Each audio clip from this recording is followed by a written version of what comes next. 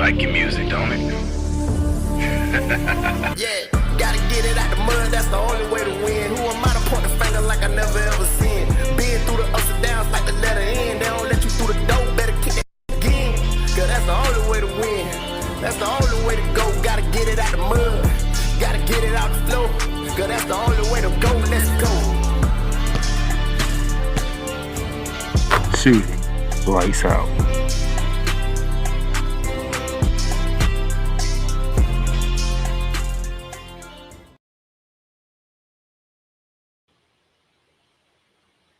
Ladies and gentlemen, how y'all doing on this evening? It is the 5th month of the year. We are in the month of May. It is May 1st, 2024. It's a Wednesday evening, and I'm here. Late start because I had to get the show ready, get the show going, and all that good stuff.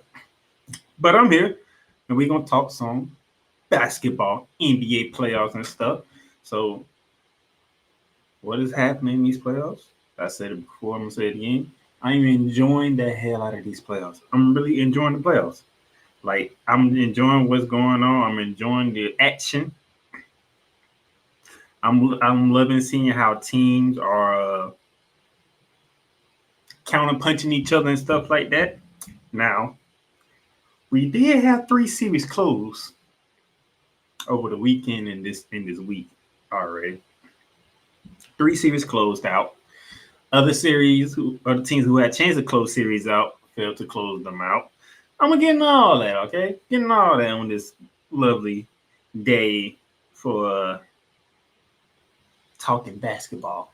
But first and foremost, I got to go around the hardwood because we have a lot of news from the NBA and the WNBA. Okay, so let's go around the hardwood.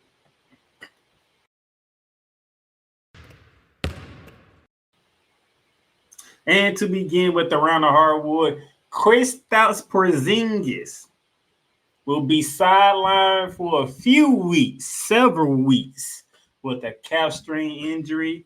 That may not be a big blow for this series against the Miami Heat, but moving forward, whether it's the Cleveland Cavaliers or the Orlando Magic, that could be a problem. Whether it's the Milwaukee Bucks, Indiana Pacers, Philadelphia 76ers, or the New York Knicks in the conference final, that's a problem. How long is Kristaps Porzingis going to be out? We do not know. But the fact that he will be out is very problematic. It is something that you need to take into account, something that you need to keeping it back in your head if you see Boston struggle in any series, because Kristaps Porzingis is not there to man the middle and be another threat on the offensive end for the Boston Celtics. But by the way, they still got Jason Tatum. About a team that is they still got Jason Tatum, Jaylen Brown. They still got all the stars there, right? Who had a big game in the last game that I'll get into later on. But just keep that in mind. Let's keep that in mind. Kristaps Porzingis gonna be out for several weeks with a calf strain injury. Speaking of that Heat series for the Celtics, Miami Heat has ruled out rookie Jaquez for Game 5 hip injury, so there'll be no Jaquez. Still no Butler. We haven't got word on Terry Rozier, so yeah, it looked like this could be the end for the Miami Heat.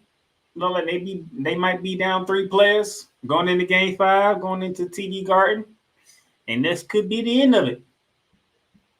Especially without Henry Butler on the court, no word on Terry Rozier, and now you got Jaquez out.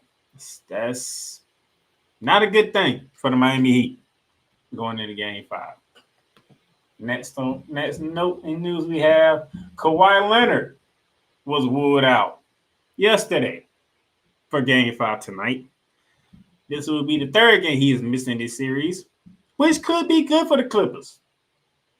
I mean, it could be good. They've been 2-0 without Kawhi Leonard. Maybe the team plays better without Kawhi Leonard. I don't know. I'm just saying. Could be a good thing. But we shall see when I get to the Dallas Mavericks and the Los Angeles Clippers series a little later on in the show. Now, ladies and gentlemen, as I get ready for my next news and notes, A man who is joining me, who has been a very good man to me. He doesn't sugarcoat anything with me, which is what I expect most about him. He tells me how it is because he wants me to grow in this business of sports media. So for the first time joining Shooting Lights Out, I call him my big brother, Mr. Eric Wilson. What up, homie? What's going on, brother? How are you? I'm good, man. Good. How you doing, man? I just know, bro. It's been an amazing day. Hey, I'm blessed. Just did some work with the WNBA, and I'm glad to finally get a chance to chop it up with you on your show, like you do on my show, bro. Yeah. So we're gonna get to some WNBA news in this segment here around the hardwood, but right now the Knicks will be without Bogdanovich for the rest of these playoffs, as he's getting surgery. On this it says foot, but I believe it's foot and hand. I think he got two different surgeries he needs. Wow. Okay. So he's out, and we'll get into the Knicks a little bit later because they let one go. I'm just gonna put it like that. They let one go. The Sixers let one go in game 2, and I was sitting here I almost broke my television. So you know what? What goes around comes around. Fun thing, somebody else said that too, but I'll reveal that later on when we get to that. So yeah, Bogdanovich, he's out for the rest of the playoffs. There's a lot of injuries going on in these playoffs.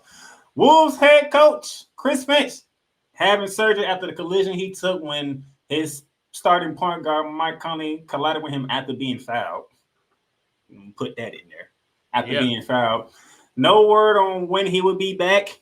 Obviously, there was one of the teams over the weekend who had a chance to close the series, and I'll let you know if they closed it out or not later on. But hope Finch can come back, be with his team to continue their playoff run. Listen, that's a team that a lot of people need to be concerned about. Oh, I know. Trust me, I know. Now let's get to the WNBA real quick. Maya Moore, Simone Augustus, Hall of Fame. I mean, there's no question about these two. Well deserved by both of them. Maya Moore officially retiring. Hasn't played in a while, but one of the greatest to ever play the game, be on the court, both on the college world and in the W. I'm excited for her. I'm glad that she's getting it. And same with Simone Augustus. Two phenomenal women paving the way for women like Caitlin Clark, Angel Reese, Juju Watkins, Paige Buchers, and the rest. Well said by the man who covers the WNBA. I know a little something, just a little bit, All right. And then this news might have been bittersweet for one person, as Chelsea Gray of the Las Vegas Aces, the defending champ Las Vegas Aces. Back-to-back defending champions. Got a contract extension. Great for her. No surprise there. I did say it might have been bittersweet for her because just before she got her contract extension, this happened. Candace Parker, as most people call the real CP3, is officially hanging them up. She is retiring from competitive basketball. And, I know my man here, Eric, he covered Mrs. Parker for quite a while. But before I let him get into it. 2 years. 2 years. I know. That's what I said. 3-time WNBA champion. 2016 WNBA Finals MVP. 2-time WNBA MVP. 7-time WNBA All-Star. 7-time first team WNBA. I mean, you see the list. She don't won national championship. She don't led the women to Olympic goals in the Olympics. I mean, she has done it all. So, my man, Eric Wilson, got to cover Miss Candace Parker when she played for the Chicago Sky. One of the 3 teams she bought a WNBA title to. So, I'm going to give him the floor to speak on Candace Parker. I mean, man, what really can be said that hasn't already be said? 16 years in the league, one of the things that Candace always said, and I had the privilege of having the interview with her, is she never wanted to cheat the game. She always wanted to do right by those that paved the way for her, and she wanted to leave the W in a better position than when she found it. A consummate professional through and through, a woman who always was authentic, always spoke who she was, knew the game, knew how to represent the game of basketball, of women's basketball on the collegiate level, also in the W. There's nothing more that really needs to be said except thank you to Candace Parker. You know, I was blessed to be there when she did bring the WNBA championship to Chicago.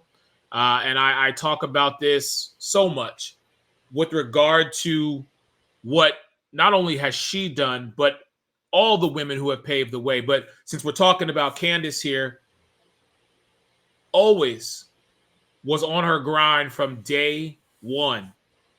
She knew what she wanted to do, and it's a blessing to have been simply in her presence. But the WNBA is better because of having Candace Parker in it.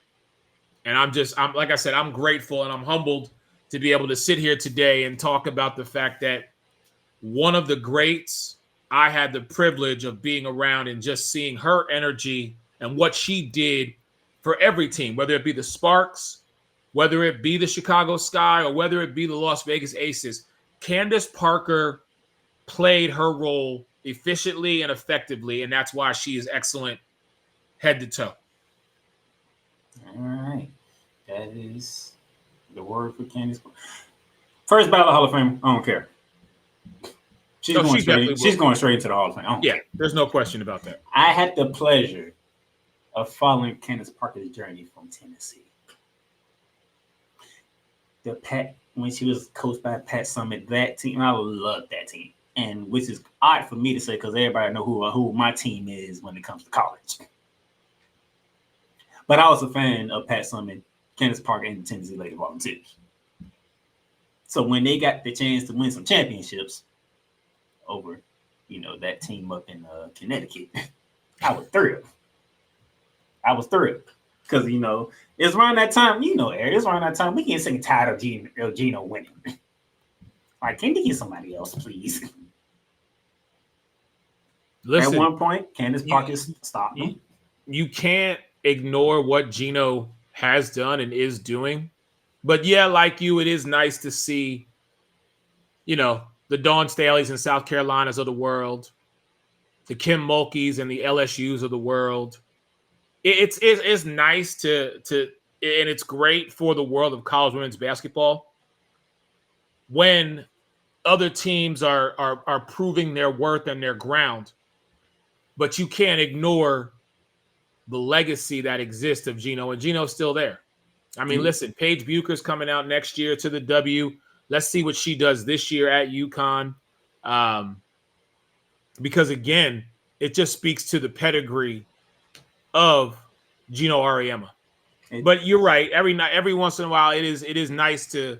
But sometimes, what are we saying? You and I are huge wrestling fans. Hey, I'll coin the phrase: to beat a woman, you got to beat the woman. Feel me? Like that. That's just how it is. So, in Gino's case, to all the other coaches out there, hey, to be atop of the mountain, you got to beat UConn. And we're starting to see that. One of my friends gonna get me for this, but I'm so glad he ain't here when you said that. Because he would have went in. I'm so happy. Yeah. He gonna get me for that. But it's all That's fine. As I always say, I ain't a hard man to find, bro. No, I'm not saying. I know how he is. When anybody brings up that reference, he goes that route. I'm like, here we go. I gotta reel him back in. So, but that's around the hardwood.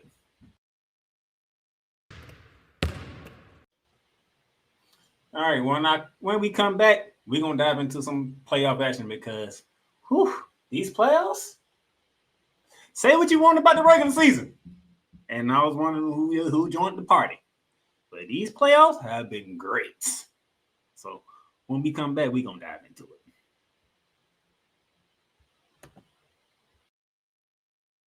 Network presentation. I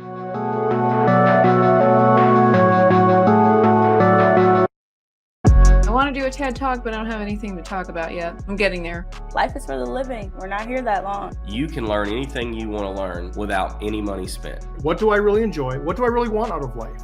I am your host, WIZE. Are you in a life-holding pattern? Well, this is for you. Welcome to the Stuck in My Mind podcast. Live every Monday, Tuesday, and Wednesday at 4 p.m. Central.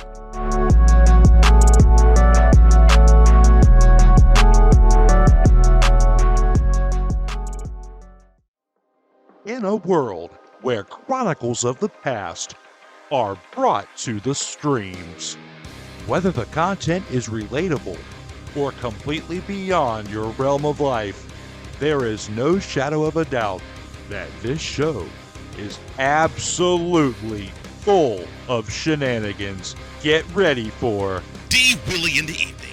This Sunday at 10:05 p.m. Eastern. Exclusively on Sertoba Media, where the struggle is real to be awesome.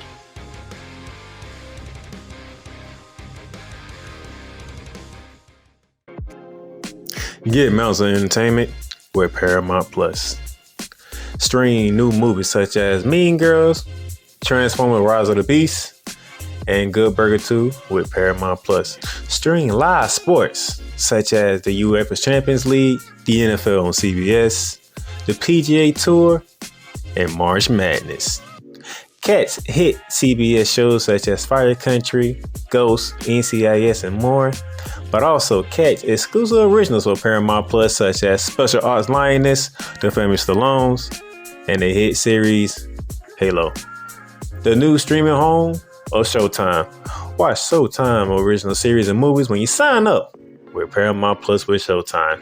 Make it a fun, action-packed adventure for the whole family and create kid-friendly profiles for the little ones. So much to stream with Paramount Plus, with over 45,000 full episodes from BET, CBS, Comedy Central, MTV, Nickelodeon, and more. Paramount Plus plan starts at $5.99, but if you subscribe today, you get a free trial. Paramount Plus, Mountains of Entertainment. Join the transporter to Hades. Your butt and gut becomes one. Join the reformer of hooker whores. This is my daughter, Placenta Booty Johnson. Join the bronze car. Whenever you are in distress, take off your baseball cap and throw it in the air. Join your very own superhero of broadcasting, Chris Bass. So whatever color crayon they get, they palm it and do two circles, and that translates to, I can beat up black people. As she takes you through the week's paces in Baseline. Live every Saturday at 8 a.m. Eastern, 7 a.m. Central, Pacific Time Zone people, just stay asleep when this is on live and just catch the recording. Oh, I'm sorry. Exclusively on the Chris Bass YouTube channel.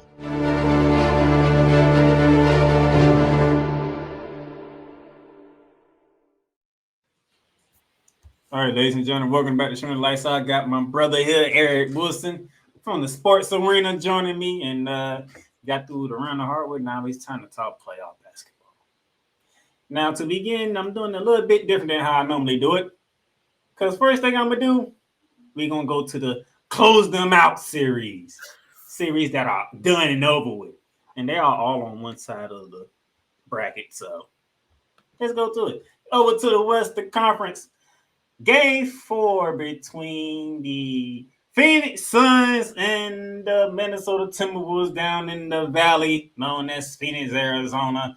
And 122-116 was the final score.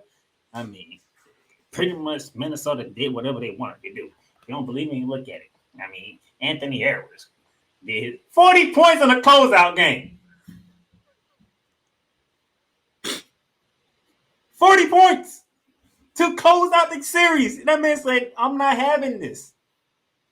And then, McDaniels gave you 18. Carl Anthony Towns gave you a double-double 28 and 10. You ain't get much from Rudy Gobert, but you ain't need much from him. Obviously. And obviously, Devin Booker, for once, didn't go out like a chump and actually showed up for a closeout series. He dropped 49. Kevin Durant dropped 33, but there's somebody that's in a red box right now.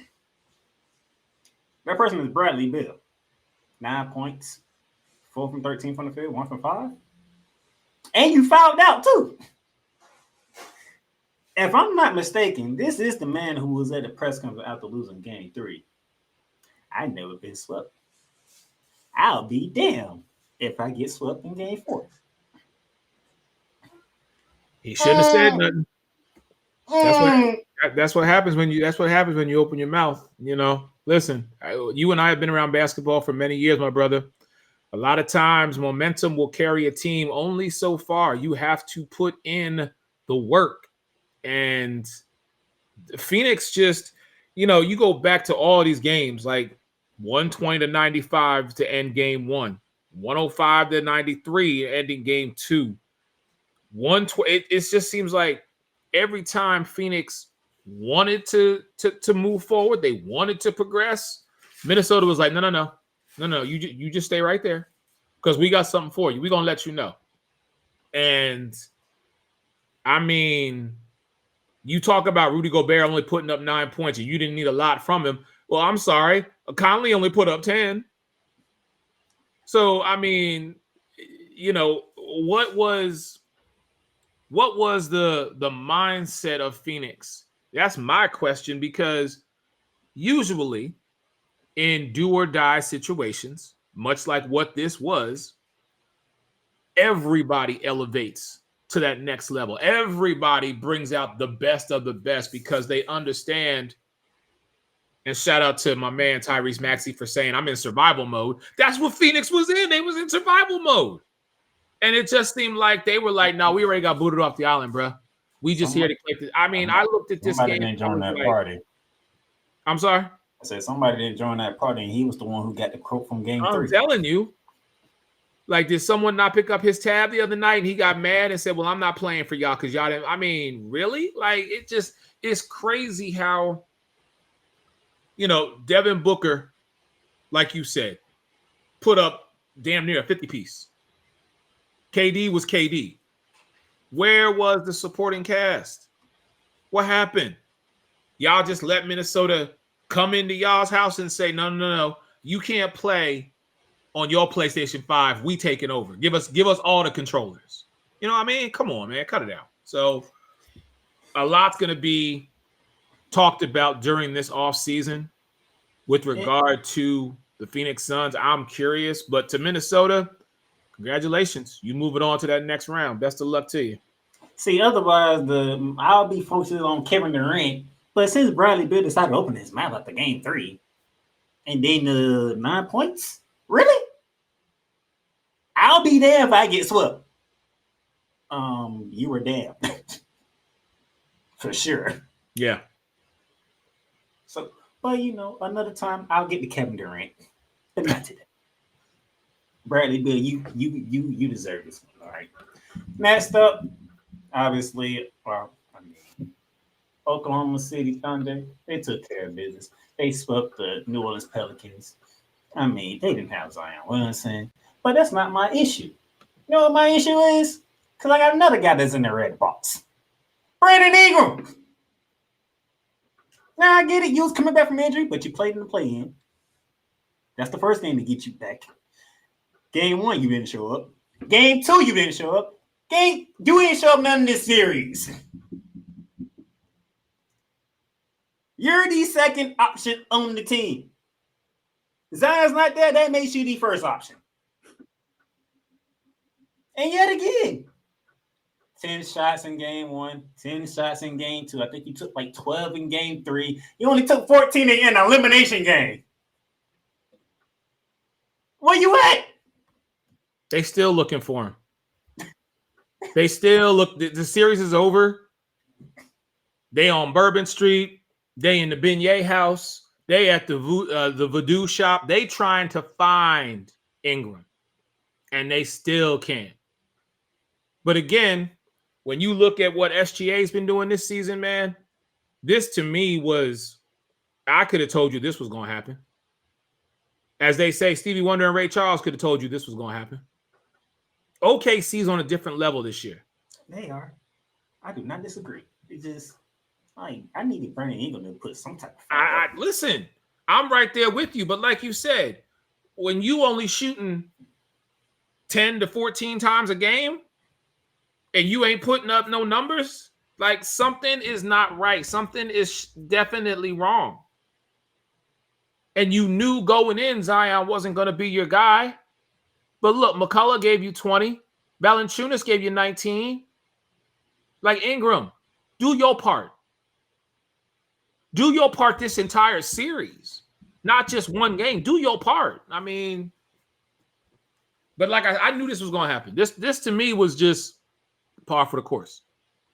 Now, before my big brother gets on out of here, I got to get to him with this one. Oh, Lord. The Los Angeles Lakers and the Denver Nuggets in Game 5 because LeBron James decided not to go to Cancun a couple of days early. Nevertheless, my man Jamal Murray said, "No, you going to Cancun, all right?" Jamal said, "Y'all going. I'll be damned if I'm going back to LA for a game." He said but see, here's the crazy thing. Jamal Murray is the only guy to have 2 game-winning shots in a single series. Game 2, he busted y'all butt, which completed a 20-point comeback, by the way. And then this game, when people thought he wasn't going to play, he sent y'all home. LeBron, 39-11. No problem. I'm not going to harp on you. Anthony Davis, you was the man of consistency for the Los Angeles Lakers. The fact that Joker was busting you and you was giving it right back to him. Which is what we wanted to see. We needed to see that from him. We needed to know, was Anthony Davis that big man? And in the moment, granted, it did not go his way, but he played. And like you said, the word you use, and I'm glad you used that word, he was consistent because that's all we ever wanted from him. We know LeBron going to get his, but we needed Anthony Davis to be consistent, and he was. But again, I go back to the supporting cast. Y'all are playing with one of the greatest to ever play the game of basketball. And y'all don't get hype and y'all don't get live for a playoff game. Y'all barely got in the playoff game. That is one of the worst records I think I've ever seen for the Los Angeles Lakers. And I know they've had some bad years. Don't get it twisted. But aren't the Lakers predominantly at the very least a 50-win team? 47-35? And granted, we factor in injury and we factor in load management and we get all of that. But what I'm trying to understand with this is when you have a guy at 39 years old playing at such a high level and you have others on the team who are 5-10 years younger than him, but LeBron is still outworking you, that's a problem. You know what I mean? That'd be like real talk. Like, Playmaker, I ain't never asked you this. How old are you? 32. Okay. There's 15 years difference between me and you, bro. 15. Okay? If I'm outworking you at 47, there's a problem. Especially if we on the same team and our goal is a ring. Our goal is a championship. Our goal is to be the team that people have put us on paper to be. And I'm outworking you and I got 15 more years. That to me just does not equate to winning. Something is wrong in the discipline era. And most importantly, like you said to start this, I ain't putting nothing on LeBron. LeBron, you did what you were supposed to do. AD, you was consistent. Where the hell were the rest of y'all at? I mean, where you want to start it? I mean, D-Lo did. He had a hell of a game, too. They then came home for game 3, and did you just take 7 shots and didn't make none of them? Like, really? Like, you have a 0 stat on your line? Really, D-Lo? Austin Reed, where were you in the first 2 games? Rui, where were you at? Yeah. And by the way, speaking of that, I got to give love to Michael Porter Jr. This man had to sit here and go through his brother being banned from the NBA for being stupid.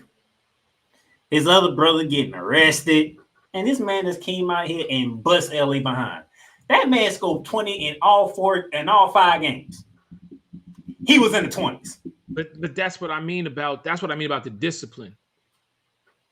Michael Porter Jr. took all that outside distraction and he internalized it and said, okay, someone fitting to get this. Someone fitting to feel this. Because I got to now take that off of my plate for the time being because I got to focus on winning. But what he did was he internalized all it, put it right back into his game and said, no. I'm going to release this energy and I'm going to release it on the Los Angeles Lakers. Like I said, if Michael Porter Jr. becomes that third option, everybody in trouble. Yep. Mic drop. Yes, they are. And they were. So. See, you already knew what you're going to get for Jamal Murray and Kelly Jokic. Yeah. And Jamal Murray's out here averaging like 22 points a game. Oh, no. Oh, no. That's a problem. And then every once in a while, you can get a 2015 piece from Aaron Gordon. Because there's another layer to it. I said this before, and I'm gonna say it again. Who do you see beating them 4 times? Right now, the only team I see, well, up until this morning, I would have said Boston. But with Porzingis going out, I don't see anybody right now. I do feel, yeah, I do feel. Even when they healthy, they like to play around. Listen, yeah, I just think that matchup Boston-Denver is one that everybody wants to see, and if Porzingis comes back for that, I think it's going to work. What I will say to you though is this: right now, whether it be OKC or whether it be Minnesota, whoever faces Denver, well. I'm trying to think. The next matchup, the next round is going to be Denver and Minnesota. Yeah. That begins Saturday. Oof. Minnesota, well, you better rest up because it's going to be something. So before I let my brother get out of here, I'm going to let him speak on his Philadelphia 76ers real quick because they survived in Madison Square Garden. Hey, when it comes to the Garden, you know that is the Mecca. That is the arena. If there is ever a place for a person to have their name etched in the history books, it is at MSG. What Tyrese Maxey did in that game, Game 5, was truly something to behold. And you know what? I don't say this very often about the 76ers, even though I support all Philadelphia teams. But thank you.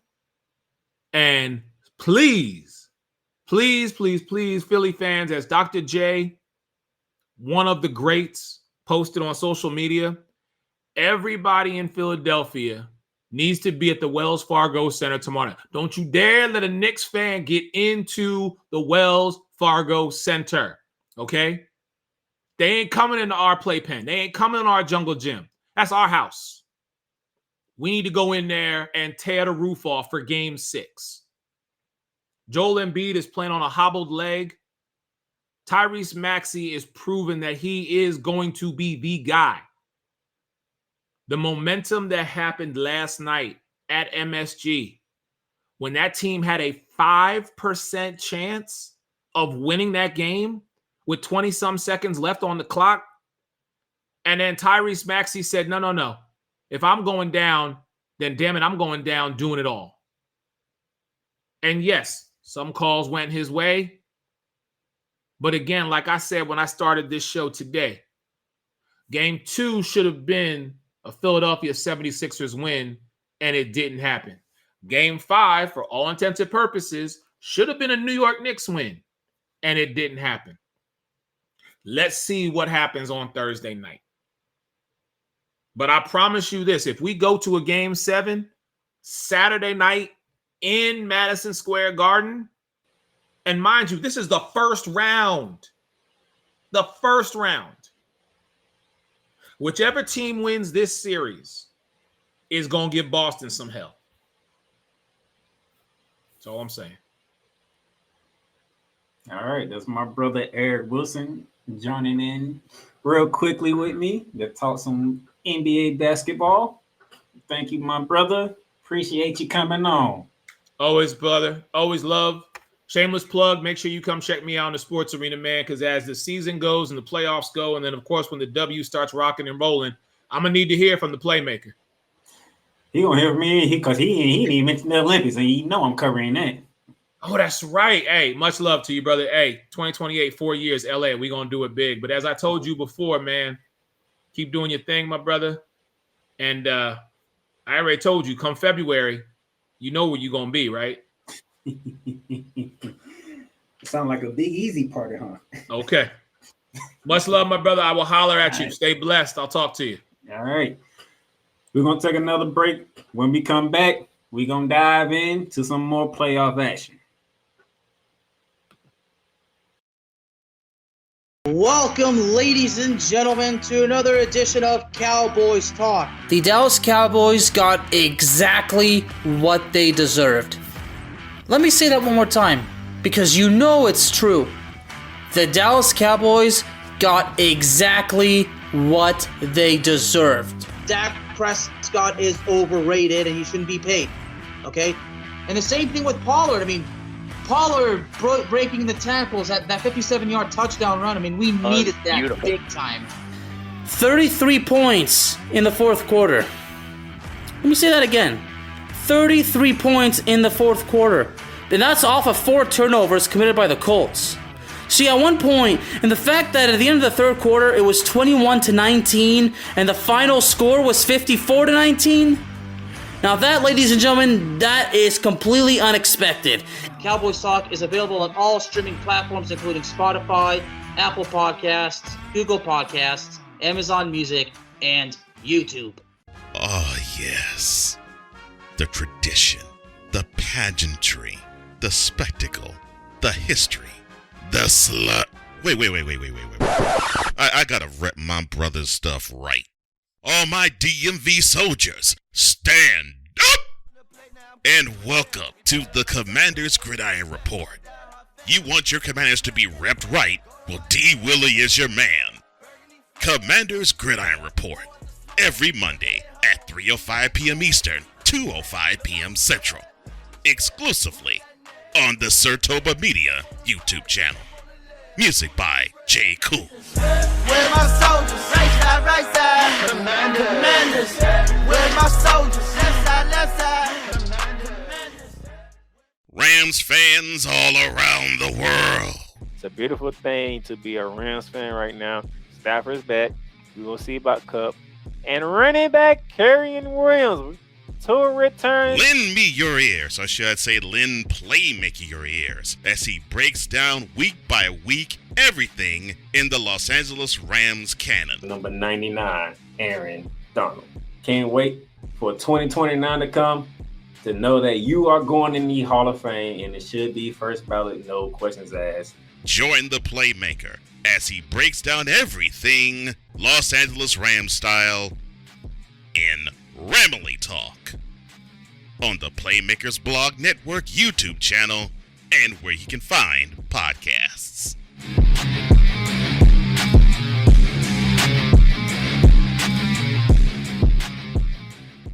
Hey, Eagles fan. Join my man Cool McCain and a host of others as they break down every single game, every single week in an objective manner, and also from a fan's perspective as well. Remember, this cast feels just like you. Nobody likes you. And you don't care.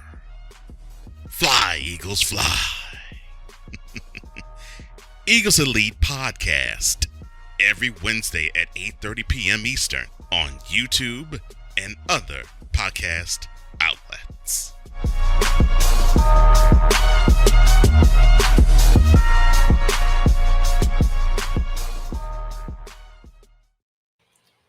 All right, ladies and gentlemen, welcome back to Shooting Lights Out here on this Wednesday evening. It is the 1st of May. We are in the 5th month of the year already. And the funny thing is, y'all seen my big brother Eric wasn't on here. Now I got another person who was joining me. And it's so funny when he joined me because his commercial was the last one that you saw. In about an hour and 45 minutes from now, he will be doing his show, what he always doing on Wednesday. So for all my Philadelphia Eagles fans, tune in to Play College Sports because Eagles Elite is on deck, and the man behind the show, he is the host. He is my co-host on Monster Wrestling. Y'all have seen him before. That is Mr. Cool McCain. What it do? What it do? I'm glad you made it. Yes, sir. Yes, sir. You did miss my conversation earlier. So I'm gonna give you the floor right now because that graphic behind you did everybody a favor on Monday night. So since I already talked about it with my brother Eric Wilson, I'm gonna give you the floor real quickly to gloat. Well, man, it's not too much really to brag about, honestly. I know a lot of people are appreciative that we went ahead and took care of the Lakers. A lot of people are disappointed that we didn't do it before. They took 5 games. Oh, but I just simply say, man, it was part one of a bigger picture. Right, as a Nuggets fan, beat the Lakers, cool. We got the win. Not upset about it or anything like that, but we got some bigger goals. That repeat is in our sight. So right now, even though it's cool that we got that win, it's more about getting back to the ship and winning that. But I will say, it felt good to send LeBron James, Anthony Davis, and the rest of the Lakers to Aruba, Cancun, or wherever they're going, because Chuck want to send them somewhere else. But happy that we got the win, man. Happy we got a little bit of rest between now and Saturday. Looking forward to the series with the Timberwolves. And hopefully we do the same thing to them, get them up out of here in like 5 games, maybe 6, Keep rolling, keep pushing toward the goal, man. That's the big thing. The series is great, like I said, but bigger picture. We trying to get back to back. We ain't never had one before last year, so why not go ahead and get 2 in 2 years? You know what I'm saying? Let's get it. All right. So if he's free to join me Friday, we'll be previewing the Denver Nuggets and the Minnesota Timberwolves. That's gonna be a fun series to watch. The way that man Anthony Edwards, and y'all heard me talk earlier with Eric Wilson, Anthony Edwards put 140 piece in the closeout game. That's how serious he's. He put a 40 in a closeout game. That's a bad man, no doubt about it. So now we got to the closeout series. All right, most of those took place in the West. Now this I was doing them things differently, right? So instead, we're going to somewhat preview tonight's game with a little recap from the last time they faced off. So let's jump into it now. Tonight, doubleheader on TNT, 7:30. Miami Heat, Boston Celtics. Boston is trying to finish this thing off. I mean, if you heard me earlier, I don't know, Koo wasn't here. So Porzingis is out. He's going to be out for several weeks with that calf strain. We already know Jimmy Butler is out. We don't know if Terry Rozier going to be available. And we found out today that Hodges would not be playing for Miami. So that's 3 offensive guys not in for Miami. So it can be safe to say that Boston, if they don't play around like they did in game 2, they can go ahead and get Miami up out of here and handle business. That's at 7:30. And then after that game on TNT, who wants the critical 3-2 lead between the Dallas Mavericks and the Los Angeles Clippers? No Kawhi Leonard for the Clippers, but it might not be a bad thing, as we saw the previous 2 times they didn't have Kawhi Leonard. Now, before we preview those games, let's dive into what happened last time they faced off. Beginning with the Miami Heat and the Boston Celtics.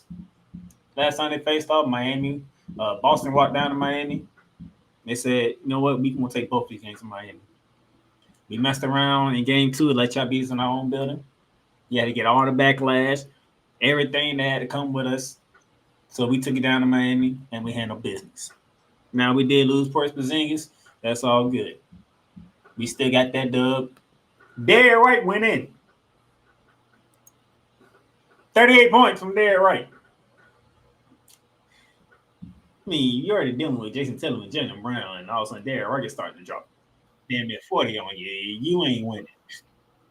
I'm just gonna play it plain and simple. If Derrick White out here is putting up buckets, you ain't beating Boston. I'm sorry, he does not beat Boston. You know, I mean, Bam Adebayo had 25 or 17. What more can you ask me? Tyler Hero, you gave me 19 points, but what was this? What was the point guard at? Like he was in game 2 when you gave me a 20 and a 14 piece on Boston. What was that at? 19 is great, but only four assists is like, bruh. You don't have Jimmy Butler. You have to do more. You have to do more. And you're not doing more. You can't. What did Shaq always say? Whatever you give me in a regular season, I need 2 to 3 times as better, right? We're not getting that from Tyler Hero. We got it for one game, and the Miami Heat won.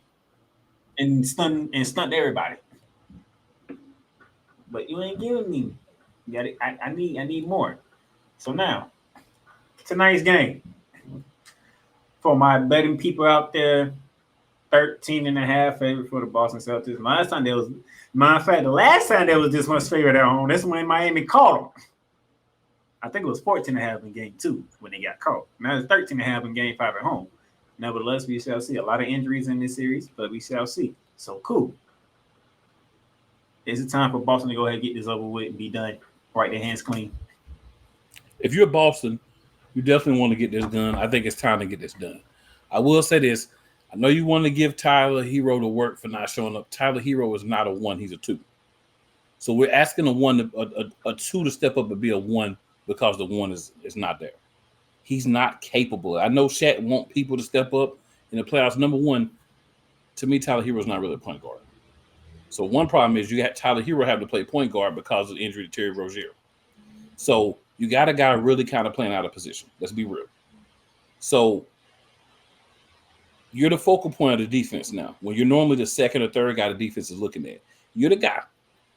When the defense come down and set up, everybody on defense is identifying where Tyler Hero at, right? So there's that. So it's a lot more that comes, and I get like wanting people to do more in the playoffs. But when you go from being a guy that's getting the second or third best defender on the team to the guy that's always the focus of the defense, you could only have one game like he did. And not only did they need Tyler Hero to have that game to win, they had to shoot a pristine percentage from 3 to win that game. I don't think Miami is capable of doing that again. Can you replicate what you did to win that game? I don't think you can. And anything less than that would be uncivilized and it's going to send you home. And I think that's what we're getting tonight. Boston, go ahead, handle business, stop playing around, knock them out. You lost the game. It is what it is. It's hard to sweep anybody. We know that. That's why you don't see a lot of sweeps. That's why we kind of really, that's what the whole gentleman's sweep thing came from. You don't get a lot of teams getting beat 4 games in a row. Unless you're the Lakers playing the Nuggets. You don't get a lot of teams getting beat just had 2 in the West, so I mean. So I'm just saying, you know, it's time. Handle your business. Get you a break. Start focusing on the next round.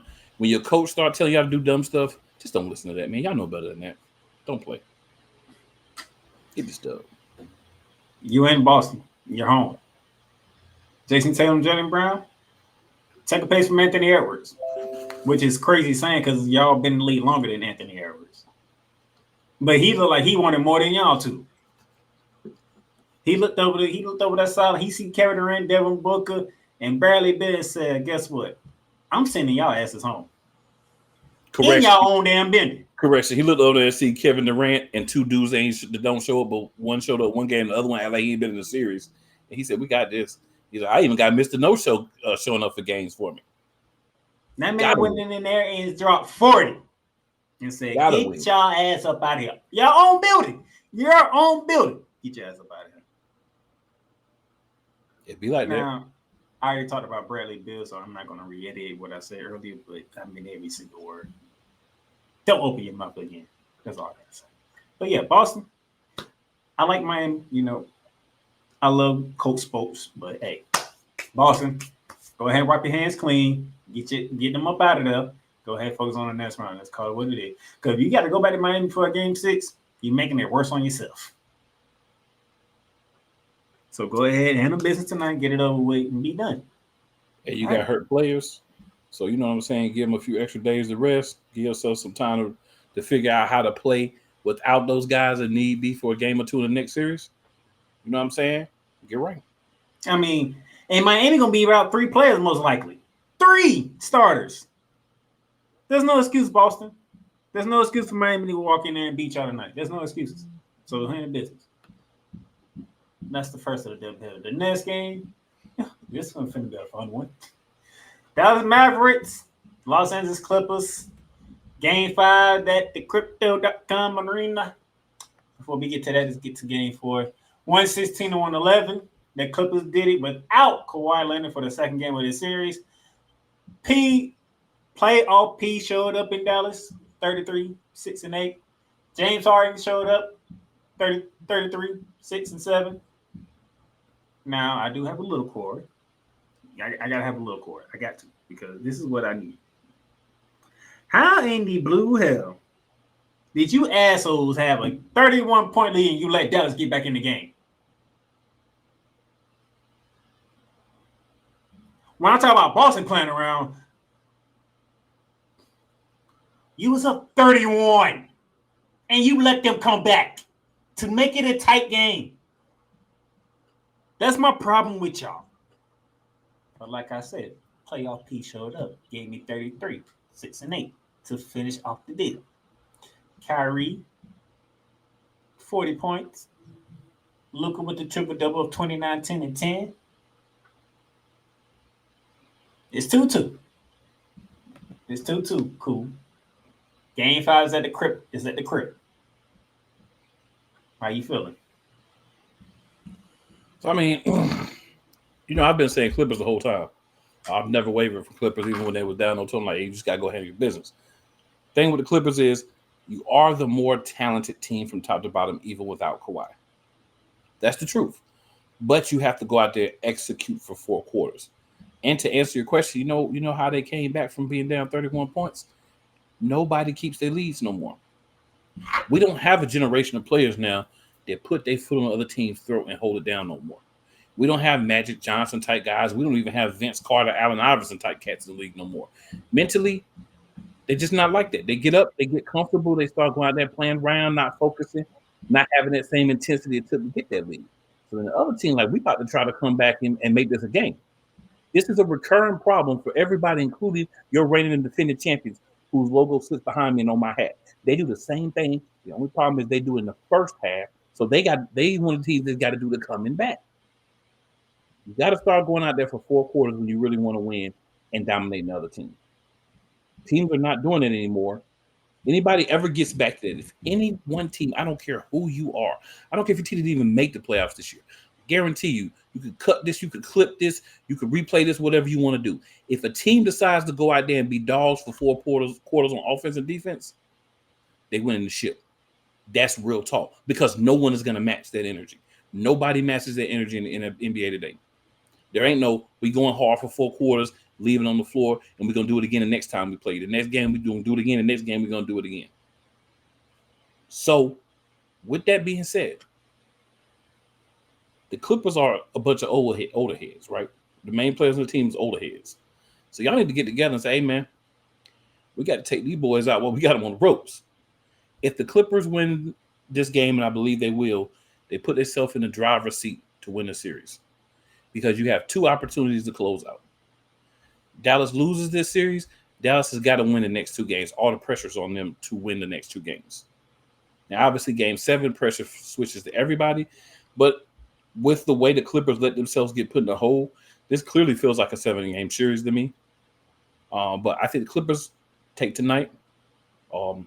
They've used to playing without Kawhi Leonard. At this point, they're used to playing without him. It's not like, oh, no, Kawhi playing. It's like, oh, Kawhi will actually play? It's kind of reversed in my mind when I'm talking about Kawhi Leonard at this point. So Clippers should handle business, but we're going to see what happens when the game actually starts. So as my as my co-host said, It's another series I'm gonna get to where if you had the lead in that series, you're pretty much winning. So I'm gonna tell you about that series a little later. But Clippers, you're home. You're the underdogs because ESPN bet says 2.5 favor of the road team Mavericks. Which telling me they don't trust y'all. Which includes Kawhi Leonard not playing tonight. Even though y'all just won the second game without him playing. Game 1 you didn't have when you blew the Mavs out. Game 4 you won by 5, but you had them down 30-1 without Kawhi Leonard. So that tells me the betting people, the odds makers, they don't trust you guys to continue to do what you've been doing. Me? Show them different. And the 2 games without Kawhi Leonard, Paul George and James Harden were going in. Matching Luka Doncic and Kyrie Irving. Which sucks for Dallas because they don't have a third option. It's just them two. If you're the Clippers, Terrence Mann show he can do some things. You know. Zubac show he can do some things. He got Norman Powell off the bench, who's like one of the best 6 men to come off the bench. You're a deeper team. You're the more talented team. Act like it. Or else Luka Doncic will do what he's known for doing and clipping you guys. I'm just saying. Handle your business. Please. Now, there's tonight's games. Tomorrow got a couple of games, but we're going to go back to what happened yesterday. And Tuesday's playoff action. We had 3 games on deck. Magic, Cavs, 76ers, Knicks, Pacers, Bucks. Let's jump into it. The land in Cleveland, Ohio, when the Cavaliers are finally back home after getting their ass whooped twice in Orlando. Trying to figure out what the hell happened when we went to Disney World. Yeah, you went to Disney World and got your ass smacked. That's what happened. I was over there drinking them Harry Potter meads instead of worrying about this game. So, yeah, remember the series I said I'm going to throw out there what my partner said? So far, whoever had the lead in this series, they was winning. Because all 4 games were double-digit wins until last night, where the Cavaliers survived at home 104-103. This has been the most closest game of this series, and it has to be game 5. And what former players like Kenny Smith, Shaquille O'Neal, Charles Barkley, and all the other NBA analysts on ESPN says, once you get past game 4, forget the game plan. It's just who wants it more. That's where we at. Who wants it more? And last night, Cleveland wanted more, especially Evan Mobley. Don't look at the 14 points to 13 rebounds. Don't look at that. That man had the key block on Franz Wagner to seal the deal for the Cleveland Cavaliers. By the way, speaking of that, Franz,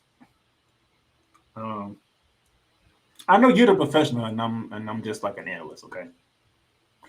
But I did play basketball in high school. All right, cool. I got my high school jersey in the frame, you know, for senior night. Okay. If you're driving to the left side, right? Ain't you supposed to lay it up with your left hand, not your right hand? That would be ideal, yes. That's what I was taught. Friends, why would you land it up with your right hand? That's how Mobley blocked the shot. He must have not been confident in his left hand at that particular moment. But the game on the line. Amen. Must have not been confident. That's all. I mean, that's really all you can figure out. It must have not been confident. You know what I'm saying?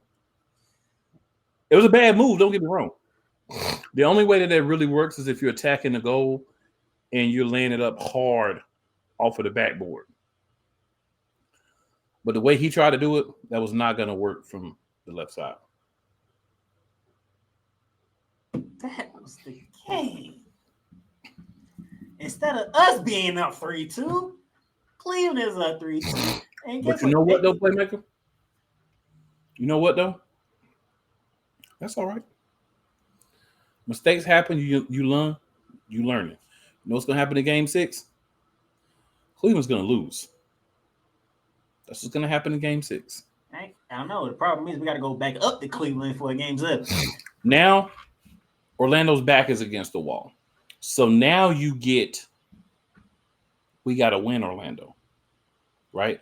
Because one thing about young teams is inconsistency. I didn't expect Orlando to go out there and win this game in 5 or 6 games. I said to you, Orlando in 7.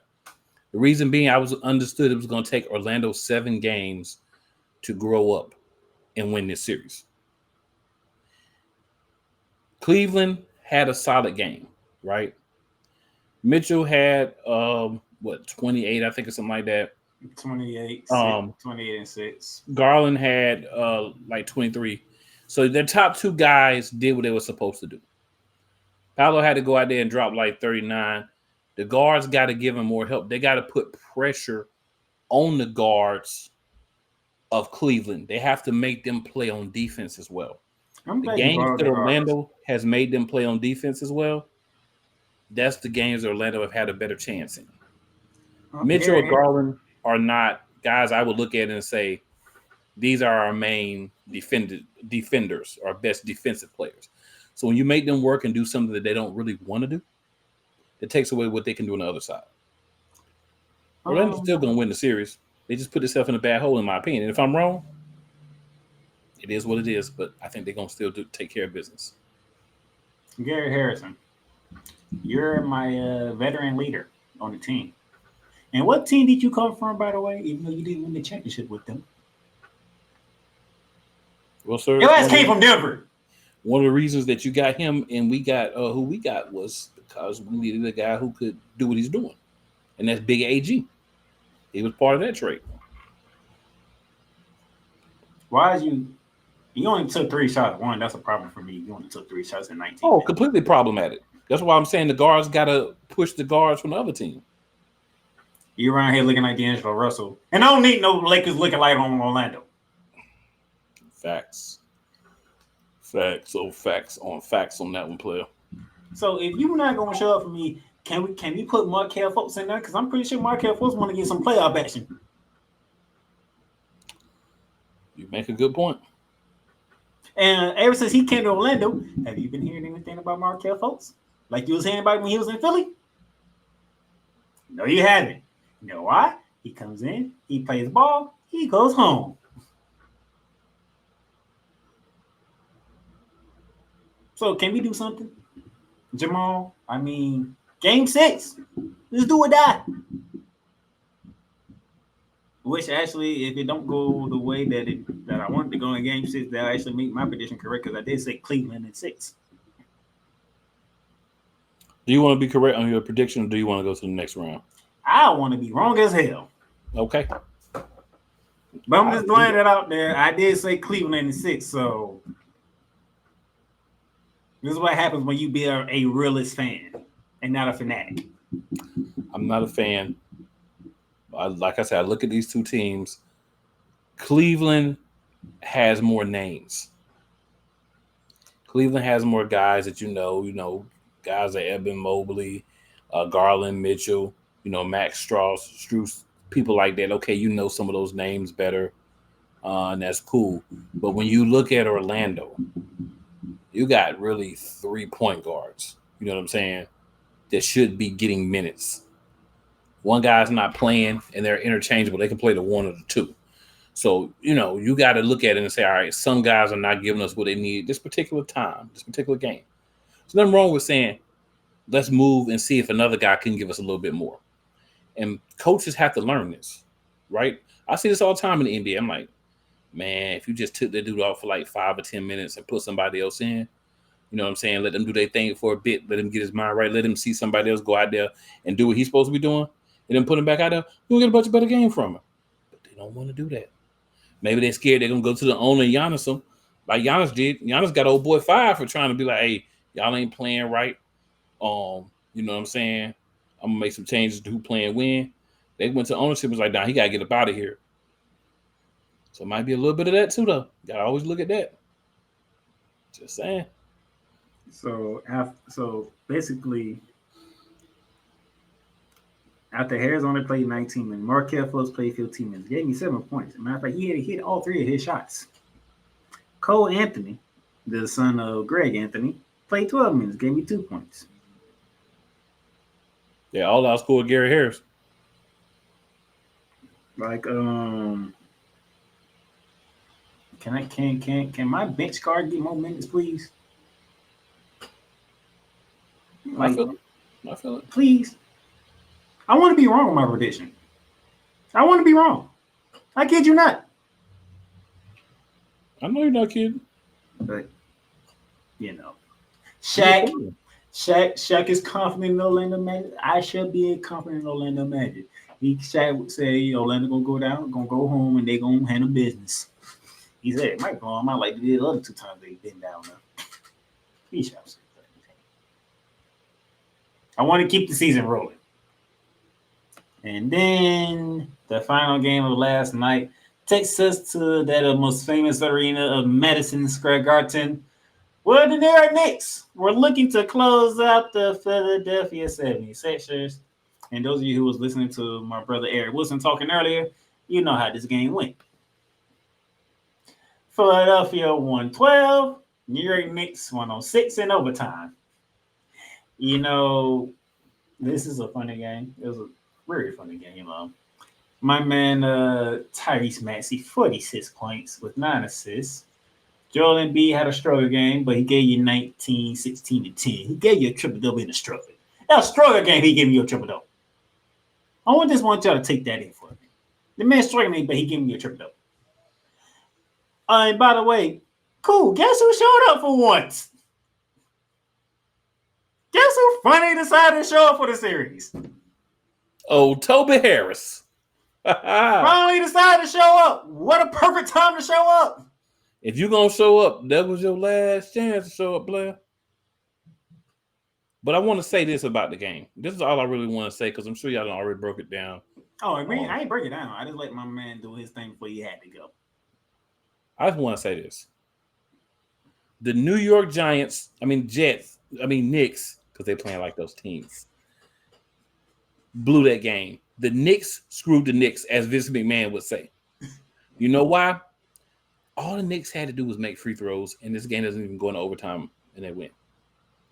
All the Knicks had to do was keep the lead with OJ Anunoby was getting a steal every other play and just slamming buckets. And what you do? Not that. You blew a 40-point performance from Jalen Brunson. And he was part of the reason why. Now, everybody want to blame the play. And while I get it, if he's not attacking the goal and attacking shooting as he was, they're not in this game. But I will agree, at that point in the game, you get the shot blocked, you just get it blocked and hope it go out of bounds and you reset. You can't go up in the air like you're going to shoot the ball and then throw to a ball to a guy who is no longer in position to receive the pass, but sees you going up and is now trying to head to the basket to fight for a rebound. Like you have to understand, once you elevate off the ground, unless you see a guy that you can get that ball to that you know can get it, you just got to take that block. Take it. You know what I'm saying? Take the block, try to get a foul, keep it moving. What you can't do is make that pass in that situation. Your basketball IQ got to tell you better. But all that aside, what I want people to understand, and I know we say, oh, it never comes down to one play. Oh, it did. 2 free throws. Make the free throws. You make those 2 free throws, New York, and what happens? We don't have overtime. We have a 2-point New York win. Matter of fact, you made one of them. We got a 1-point New York win. Series over. But you choked. Missed them both. 6-point in lead. Prime time. 6-point lead with 28 seconds. And you lost that. And Josh Hart. Villanova. You know why they lost that, Playmaker? I'm going to tell you why they lost it. Remember what I just said earlier? Oh, we up 6 points. It's 28 seconds left. We got this. No, you don't. You know what you got? And I wish we had it. A big, fat L. That's what you got. 28 seconds left, 6-point lead. Villanova, Josh Hart. Villanova. Mr. Fernando the free throw.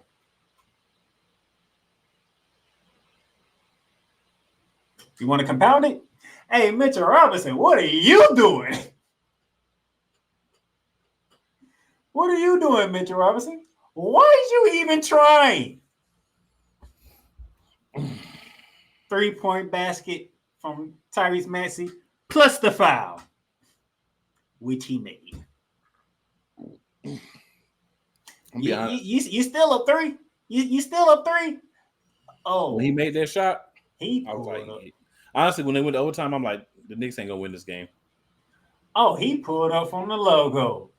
Bling, tie game. We're going to overtime because Tyrese Maxey said, I ain't trying to go to Cancun. Yeah, when they went to overtime, I was like, this is the Knicks L. This is L number 2 for the Knicks. And then you did bring up Jalen Brunson having 40, right? Yep. Man took 10 damn shots in overtime.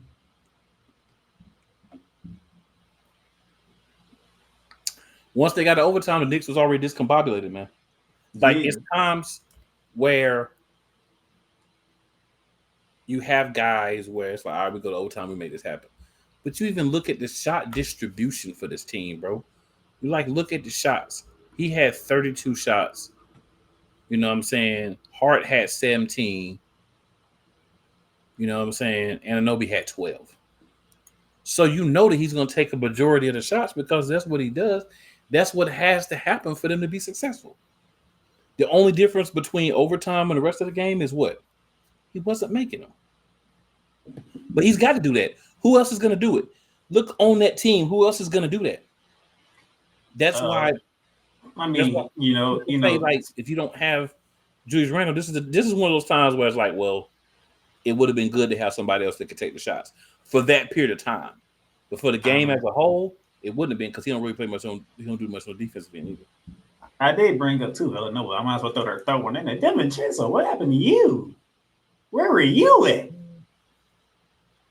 Now, from what I heard from Stephen A, we're trying to figure out there's something going on between DiVincenzo and Coach Tiz because over 50 minutes was played and you only played 26 of it. Well, the Negro Knight himself always likes to try to stir up controversy. It could have just been the coach felt like he wasn't playing well in this specific game, and for once, the coach said, "Hey, you're not playing well, so we're gonna pull him out." I mean, things like that can happen, Mr. Sass. I mean, things like that can happen, but when you need an offense, who's going? You need another offensive player. DiVincenzo is like your best option here. Not all the time. If he's not making the shots, he's not the best option. I mean, you don't have Bogdanovich no more. He's out for the rest of the playoffs. Right, but I'm saying if he's not making the shots, he's not a great option. So I mean, 3 from 10, 1 of 7 from 3. I mean, we could talk about somebody having beef with the coach. If anything, you might be mad because the coach said, "Bro, you're not making the shots. You can come over here and relax for a little bit. We're gonna go another route." I'm just saying, y'all let Philly get back home for a game 6. And then the doctor himself, Julius Erving, went to Twitter. Oh, he don't call out Philly. So you know Philly finna show up in bunches for game 6. That's New York's fault. As a team. That happened as a team. You know who you are. You know your identity. It didn't work out because you didn't finish the game. You had an opportunity before you got to overtime. Speaking of opportunities, Milwaukee Bucks and the Indiana Pacers. Last game of last night's game. No Damian Lillard. No Giannis Antetokounmpo. Pacers should win. This series is done. Wrong. 115-92. So not only they didn't have Damian Lillard or Giannis, they didn't even let y'all get to 100. And y'all are the fastest scoring team in the league. How does a team without 2 of their stars shut you down and beat your ass the way Milwaukee did Indiana? 115-92. Can't make this stuff up. Bobby Portis 29-10. Chris Middleton 29-12. You got 18 from Malik Beasley. And then you look at the Indiana side. No, Spicy P. You got to talk about that 13 points from Pat Beverly is like 25 from another point guard. I mean, 13 and 12. He had 12 assists, too, so he was also doing dimes out I'm there, saying them too. 13 points. That's a super bonus for Milwaukee. I'm glad you brought that up because Spicy P, 12 points. Miles Turner, 13 points. Halliburton, 16 points. But Halliburton been struggling all damn series. Mm-hmm. That D is real. They give them that D. No Diddy, but that D. You see what happens when you're for a team that's optional for defense and a team that can play defense? You get ass whoopings like this. Now, even though Indiana's still leading the series, a little door has been opened. Word is going around that there's a possibility that both Damian Lillard and Giannis come back for Game 6. That don't bode well for Indiana. Well, man, all props to Milwaukee for this game. Like, straight up, like, I gave them no chance in this game. I said, you ain't got Giannis. You ain't got Dame. You coming off of L. I gave them no chance in this game. And they proved me wrong, and I'm glad they proved me wrong. The first quarter of the game, Indiana had like 30, 31 points or something. So you had 31 after the first quarter. You still didn't get 31. Indiana 31, Milwaukee Bucks 23. And you was up at the end of the first quarter. After that, Milwaukee was like, F this. We taking over. I'll show you to you. So after that 31-23 first quarter, 30-17 second quarter. Came right after halftime, 34-19. Yeah. That's what I'm saying. You go out, you got the lead. This is typical of what I've been talking about. This is the theme of the games. It's typical for what I've been talking about. You go out, you get a lead, you don't put your foot on their throat. You go out, you got them 31-23 after the first quarter. What you do? Oh, we got this. They ain't got their players. We got this. You ain't got spit. Milwaukee came out after the first quarter and put their foot on your throat because you didn't. And like I said, teams come out and play like Milwaukee played in this game for complete playoffs. I don't care who they are. They win a championship. In this NBA today, that's how you win a championship. You outdog the other team. You had the right mentality. You say, I don't give a cluck what happened. We whooping y'all ass all series, period. You're going to win it because the other team is not mentally prepared for that. They're going to come out thinking they get a little lead, stuff sweet, spit sweet, and they can play how they want, that you done gave up because they would give up if they in that situation. Everybody ain't built that way. Some people built like Milwaukee this game, but not enough. So that game will be heading back to Indiana with another chance for the Pacers to finally close out a series. I don't think they close out a series in, I don't even know. I think they said like 5 years. Or 5 playoff appearances. They haven't closed out a playoff series, which means they haven't gotten out the first round in their last 5 playoff appearances. You got another chance. And that other chance will be tomorrow. 6:30. In what is known as the Basketball Lab House in Indianapolis. You're home. It's possible that Dame and Giannis both play. I don't like the chances because you're talking about both of them dealing with what? One dealing with a calf, another dealing with an Achilles. Mm-hmm. When I hear those two, I feel some type of way. It's going to be hard for those guys without at least one of those guys on the floor or both of those guys in limited minutes to put up enough offense again, I think, to beat Indiana at home in Indiana. Now, I think if you get through Game 6 and say they both can't play or they both can't be 100% for Game 7, back in Milwaukee, I think Milwaukee can take the series. But this is the game Milwaukee's got to find a way to win if they want to win this series. I don't know if they can do it because they put themselves in, again, too much of a hole. But they did show some life. Maybe that's enough to make them boys be like, oh, we got to go out and try to overdo it, over pursue, overplay, overshoot, over just everything. and be too stiff. And then Milwaukee's like, we ain't got nothing to lose. Everybody think we already should be out. So we'll see how it go. And plus, everybody's waiting to kill Doc Rivers for whatever reason. Yeah. So if they want Doc Rivers back, if Giannis and whoever else is going to be there next year, because I won't say they ain't going to be there next year. If Giannis and whoever going to be there next year want Doc back, you got to find a way to win this series. Because if he don't win this series, my boy ain't going to be back next year. I think he'll be back. He should be. You can't win a playoff series against a 6 seed, bro. I mean, the man came in after the All-Star. The man was the mentor for the coach that got fired. He been with his team the whole season. He just was behind the scenes, helping him create. That's how he got his foot in the door to get the job. I think he'll be back. I think he'll be back next year. Give him a full. He may be, but he shouldn't be. If he can't win a playoff series, he shouldn't be back. And plus, Tyrese Halliburton. We got the Indiana City because Tyrese Halliburton missed like 30 games. Okay.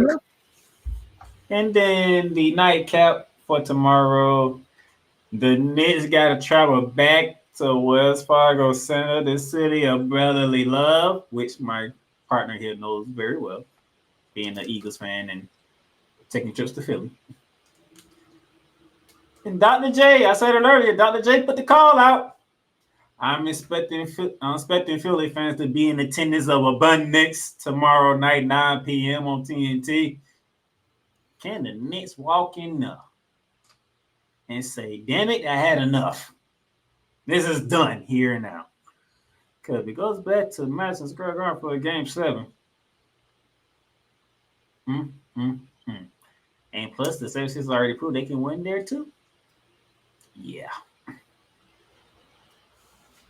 This is closeout time for the Knicks right here. This is closeout time.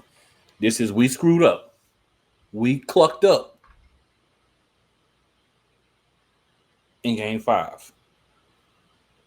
It's time to go and get it now. Time to stop playing. We done had the bad game. We done made the mistakes. We got to do what we got to do. Now, I will say this. Philadelphia win this Game 6. That Game 7 going to be juicier than a pack of juicy fruit. You know what I'm saying? It's going to be juicier than a gallon of water. But New York needed to take care of business tomorrow night. So you saying New York got to. Even though Game 7 is in Madison Square Garden, we all know Madison Square Garden is like... And the Knicks, I just talked about a few minutes ago. They don't have a full contingent of guys that can go out and bombard the other team in a Game 7. You know what I'm saying? And that's even if they have Julius Randle. But without him, it's even worse. Like, scoring is always going to be an issue for New York. So you got to go down here. You got to grind. You got to dog them out. You got to hope Josh Hart hitting his shots. You got to hope that DiVincenzo is hitting his shots. You know what I'm saying? You need a lot from a lot of guys to be successful just because the one area that they have to improve in the Knicks in the offseason is getting more scoring onto that team. And I get they lost Bogdanovich and some other people. I understand that. It's all good. But you still got to make it happen. That's what it is. All right. Before I get out of here today, my boy Koo wasn't here earlier, but I know he follows the WNBA like I do. So I want to get his thoughts when this news broke that the real CP3 in his case and a lot of other people's case decided to hang it up. Candace Parker retires. I remember growing up watching. I'm gonna set you up. Yet again, show y'all her accomplishments. So y'all can see one more time. 3-time champion, MVP, Finals MVP, Olympic gold medalist, national champion, all of it. First ballot Hall of Famer. There's no questions asked. All right. So as we get ready to close out, I'm gonna make my man Cool McCain talk about the one and only Candace Parker. I remember growing up watching Candace Parker. I always had a big crush on Candace Parker and loved her game. So I always felt like conflicted when I watched games. Like, man, she's pretty, but at the same time, like she can ball. And just watching her throughout the years, Tennessee, WNBA, the different places she was, LA, Chicago, obviously Vegas. This is someone who's been a face of the league. This is someone who's been important to the WNBA, important to women's college basketball. First or second player, I can't remember which one, to dunk in the WNBA. And Lisa Leslie was the first. Lisa Leslie was the first. And then in college, I think she was I know she was the first player in Tennessee. She's one of the first people to also dunk in college basketball in a game. So much that she brought to the game. Always carried herself very well, very intellectual. If you've watched her the last few years, you know what's about to happen. When the next season starts for NBA, we're going to see her up here on TNT, right? Because she's that good right now. She can break down the game. She can analyze the game. She's going to have the opportunity to spend more time with her family, the opportunity to go and spend more time coaching her daughter, up on her game and everything, and just enjoying life after retirement. But this won't be the last, I think, that we see of Candace Parker. And congratulations to her. Definitely will always be the real CP3 to me. The other dude is just Chris Paul. And I hate to see her go, but it comes a time for everybody. No one can play the sport forever. And unlike some people, I'm not going to throw any names out there, but some people hang around until their skills deteriorate to the point where they can't be the same player. And they still think they're the same player. She's saying, you know what? I kind of start to feel it a little bit. And even though she signed another deal, she's like, nah, I'm going to just go ahead and retire. It's time for me to step away. I can respect that. All right. Congratulations, CP3, on a fabulous career. Absolutely. And like my partner said, she's already killing on the analyst side. Not only talking NBA, but when it's March Madness time, did y'all listen to her break down these college basketball games? You know, she's on her way. She can do it. So, but hell of a career, hell of a job. So, with that being said, that's all I got for you on today. The Miami Heat and Boston Celtics should be tipping off right now over on TNT. Let's see if Boston will stop playing with their food and go ahead and get Miami up out of here, get this done over with. And then we'll see if either the Mavs or the Clippers want to take the critical 3-2 lead with 2 games to go. Until Friday, ladies and gentlemen. That's Cool McCain right there. By the way, be prepared on Monday. And in the hour, just come on over to youtube.com/the Eagles Elite Podcast. Let's talk Eagles draft, Eagles undrafted free agent signings, all things Philadelphia Eagles. Because we don't get that. So y'all get over there in about an hour. Monday, full recap of the WWE draft. And I got some thoughts on the draft. By the way, even though I gave 20 Compass props for what he did showing up on NFL Network, but we gotta ask. We ain't dive too much into it, but we have to ask a question. Did Tony Khan say something that he's gonna regret? But we didn't really dive into it. Cause I was too busy giving his props laughing because he actually showed up on TV with a neck brace. We were too busy laughing at him. But did he actually say something? Did he do what AEW normally do? But this one on the bigger scale. We'll talk about that on Monday. After that, catch me Friday. We're going to recap tonight's game. We're going to recap Thursday's game. We're going to preview the weekend. Never know. You might see Cool again because you know his Nuggets play on Saturday. You never know. You might get a Cole Johnson. You don't know who's going to join me on Friday. But until then, enjoy these games. Let's continue to have some great playoff games. And I'll catch y'all Friday. Deuces. You've done great. But you can't stop here. You can't stop now. You gotta keep going. Through all your trials and your tribulations, you gotta keep pushing. Now, finish your canvas. Yeah, gotta get it out the mud, that's the only way to win. Who am I to point the finger like I never ever seen?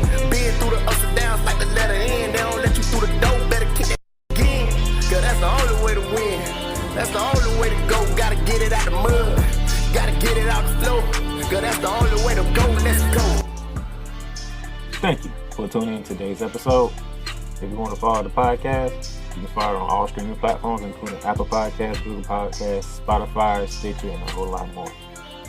This has been Shooting the Lights Out.